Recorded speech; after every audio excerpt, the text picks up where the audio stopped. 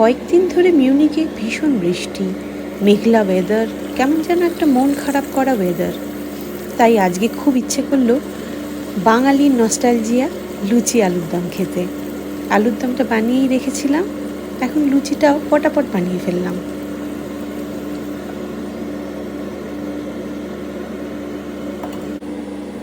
লুচি খাওয়ার লোক আমাদের বাড়িতে শুধু আমি আর আমার কন্যা। আমার কর্তা খুব একটা লুচি খান না, সেই জন্য বেশি লুচি বানাইনি। এই অল্প কয়েকটাই বানালাম যাতে আমার আর মেয়ের দুজনের মিলে হয়ে যায়। আলুর দমটা বেশ রসিয়ে কষিয়ে বানিয়েছিলাম, দারুণ খেতে হয়েছিল। আর তার সাথে ফুলকো ফুলকো লুচি, বাঙালির আর কী চাই। আজকে এই বর্ষার দিনটা ফুলকো লুচি আলুর দমের সাথে জমে গেল।